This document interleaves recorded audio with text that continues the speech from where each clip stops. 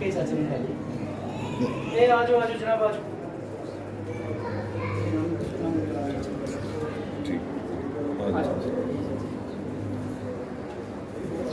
माशाल्लाह जी बड़ी खूबसूरत जगह है जी।